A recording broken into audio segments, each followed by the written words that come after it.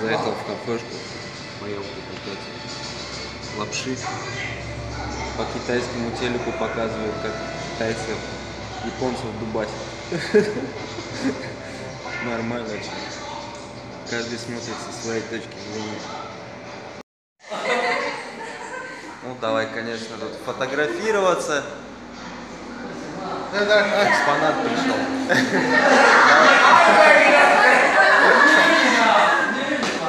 Китайцы веселые, ребята. Не знаю, что за китайский чай у них такой, но мне прям в голову ударило. Еду как будто пьяный немножко. Действительно, значит, хороший, ядреный китайский чай. Хваленый. Погода сегодня теплая, жаркая, ветер южный, встречный. Не такой сильный, но все-таки чувствуется. Дома уже снега, говорит, выпали первые. А здесь не чувствуется такого. Но затем и ехал сюда, и еду дальше на юг.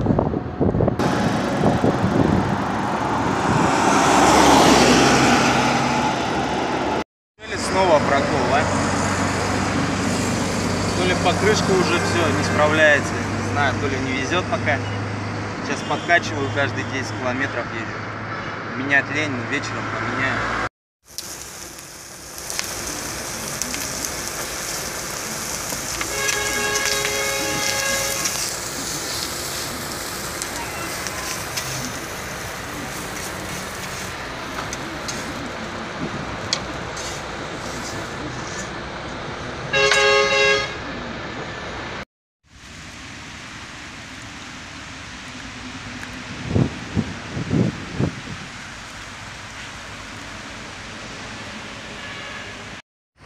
Да, прокол, причем боковой. Или это сама камера кривая, косая. Часто бывает, попадаются непонятные. Здесь толще, здесь уже. И вообще не доверяю вот этим велониппелям. Как он там, Шредер называется, по-моему. С ними всегда какая-нибудь проблема. Либо с самим ниппелем, либо камеры какие-то бестолковые. То ли дело вот автониппель, как у меня вот впереди стоит. Вот такое. С ним проблем практически никогда не бывает. Ну что, сейчас буду клеить. Вот два тела едут и общаются. Совершенно о других не думают. И здесь вот в большинстве своем вот так вот и есть. И вот где, откуда я должен обгонять? Вот. Я могу сейчас отсюда, и там стоит машина. Там тоже рисковать. Вот таких тел по Китаю вся страна.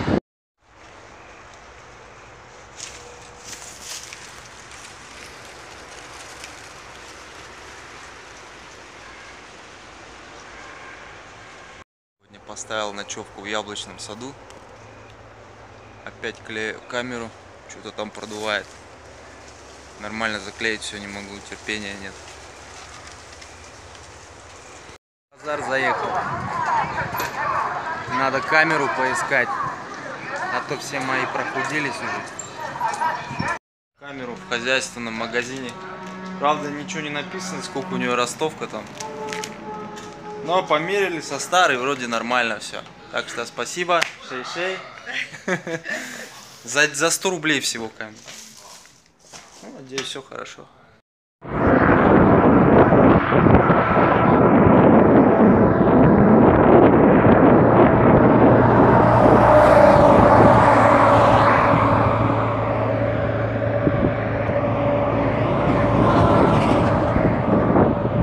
Сейчас еду только благодаря музыке.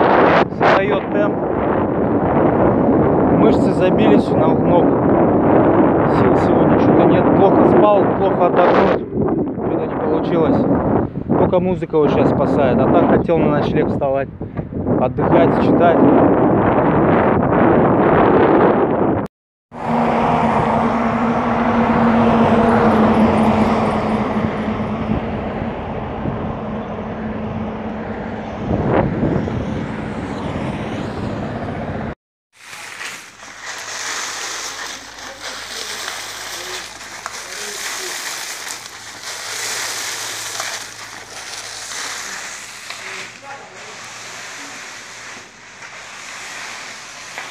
Зашел в магазин за рисом. Набрать риса. Ассортимент, конечно, для россиянина рядового очень странный. Непонятный поначалу. Но потом начинаешь немножко шарить. Ох, сполоснулся. Заехал в поле. Набрал воды, заехал в поле. Немножко облился. Смыл себе пыль. Пот. Солнце печет. Загар с меня уже весь сошел. Уже белый. Прям чувствую, как солнце жарить уже начинает. Но вроде завтра обещают дождь, 90% вероятность. Так что завтра, может быть, будет день отдыха у меня. Опа, поля хлопковые.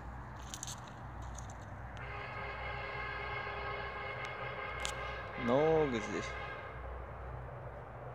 Как снег. Вот, еду на ночевку, ищу. А вот здесь хайвей. Под хайвеем много таких проездов. И вот по всему периметру вот такой вот забор идет. Есть, конечно, бреши. И вот, в принципе, человеку легко перелезть. Колючая проволока, вон бреши большие. Но вот с велосипедом на него, конечно, будет проблематично залезть. Да и зачем этот хайвей нужен-то, в принципе? У этих параллельных дорога не хуже. Доброе утро. Сегодня я долго спал, часов до 11. Да, как и обещалось, идет дождик.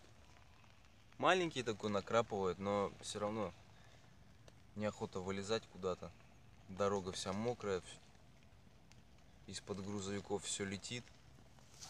Сейчас вон варю кашу на своей грелке в примусе. Я его всегда с собой вожу. Вот этот баллон 250 миллиграмм. Кстати, его я вожу с самого Пятигорска, с самого Кавказа. То есть вот этот 250 миллиграммовый баллончик у меня уже 2 года. И все не кончается. Осталось чуть-чуть, конечно, уже надо приобрести новый. Стоит он, по-моему, где-то 200 рублей в России, 250. Это очень дешево, но очень комфортно в дороге. Вот как раз в такую дождливую погоду очень здорово помогает.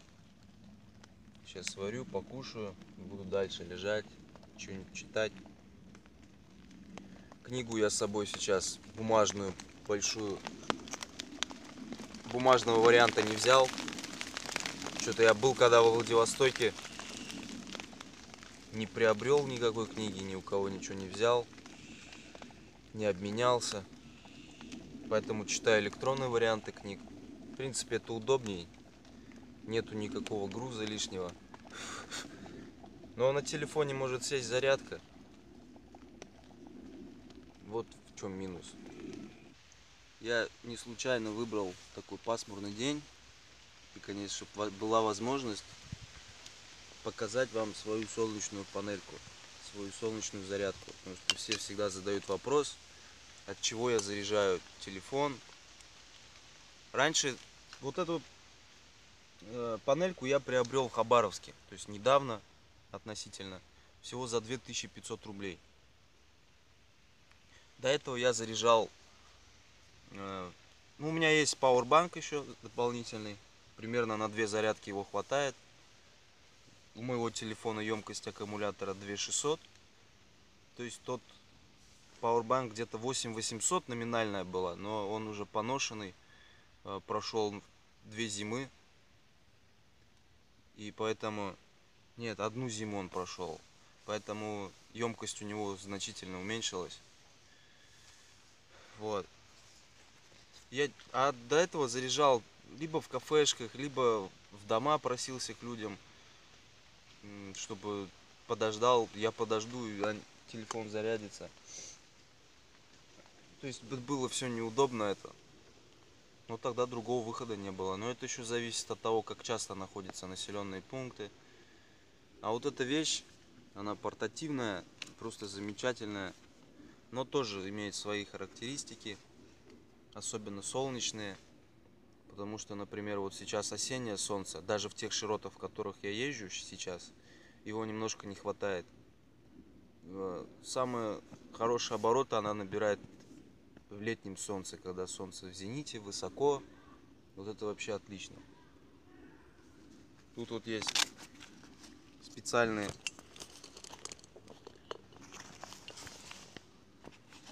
ченджер с двумя выходами.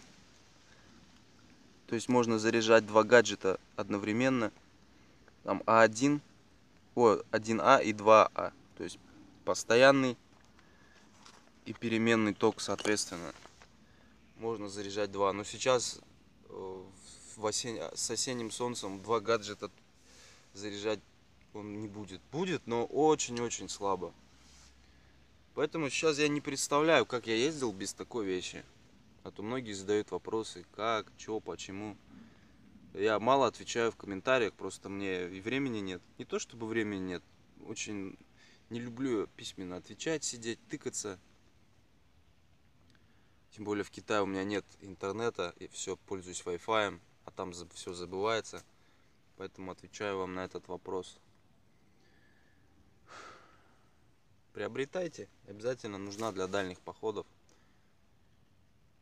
И вообще не для дальних, для любого похода, на все случаи жизни эта вещь пригодится. Ну все, доброе утро. Вчера был день отдыха, сегодня в дорогу. Погода хорошая. Солнце, ну такое пока не раскочегарило еще.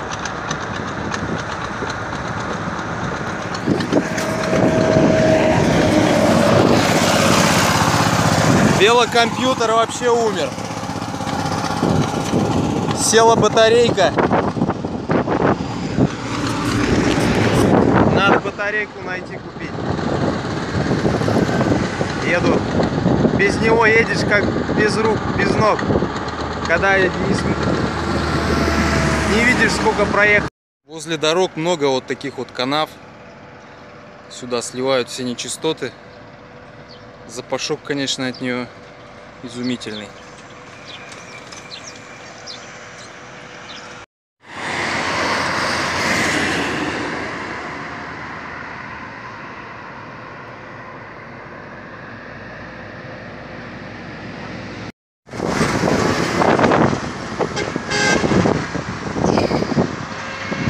Кольцо проезжаем. Вот.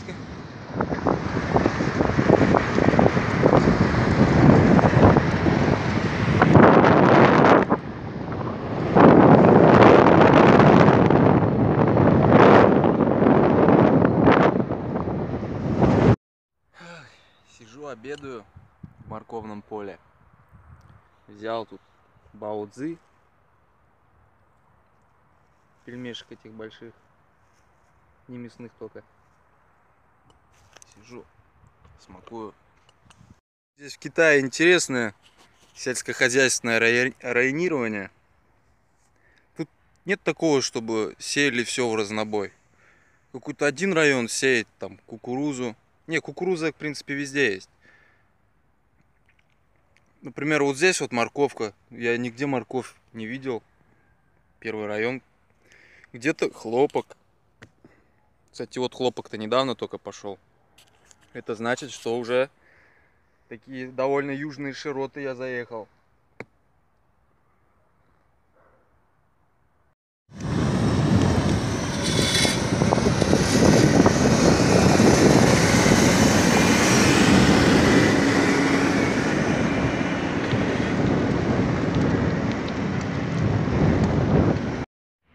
Вот и лучка плантации пошли.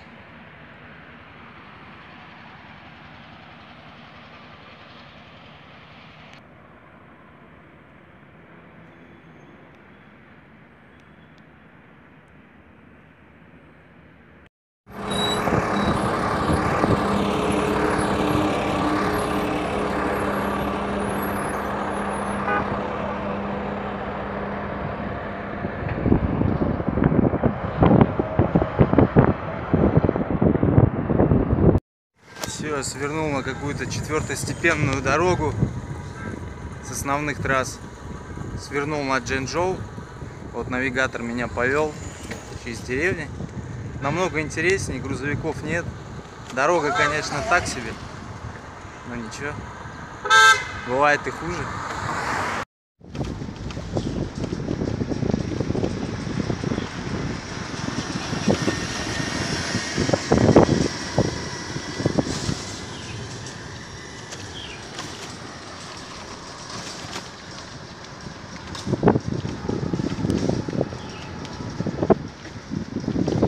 Пошла каша. Вот это юг, вот это нормально, вот это я понимаю. Это мне нравится. А то едешь по хорошей дороге, скукотища.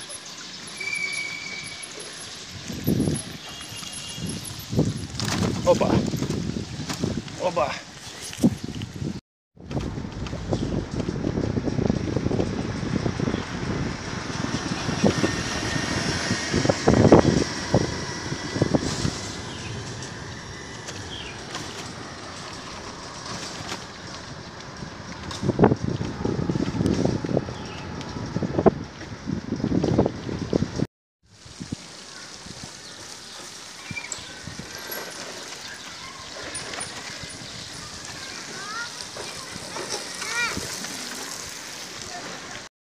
Ну, я здесь по полям еду, где-то здесь примерно и пересек границу провинций. Выехал из провинции Хэбэй в провинцию Хэнань.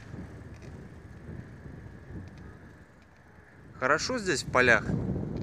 Конечно, здесь нет дикой такой природы, все окультурено, везде поля, поля. Но все равно нету вот этого шума машин. И вот именно здесь вот чувствуешь единение как-то с местностью, с природой. Именно съехав с таких основных трасс. И вот мне нравится всегда съезжать куда-нибудь. Не всегда это получается. Но в Китае очень развита сеть дорог. Тут можно найти 10 вариантов дорог. Не как у нас в России. Одна дорога идет в какой-то город, идет. Здесь 10 вариантов можно найти. Самых разных, начиная от хайвея, заканчивая проселочными грунтовками. Так что здесь здорово в этом плане.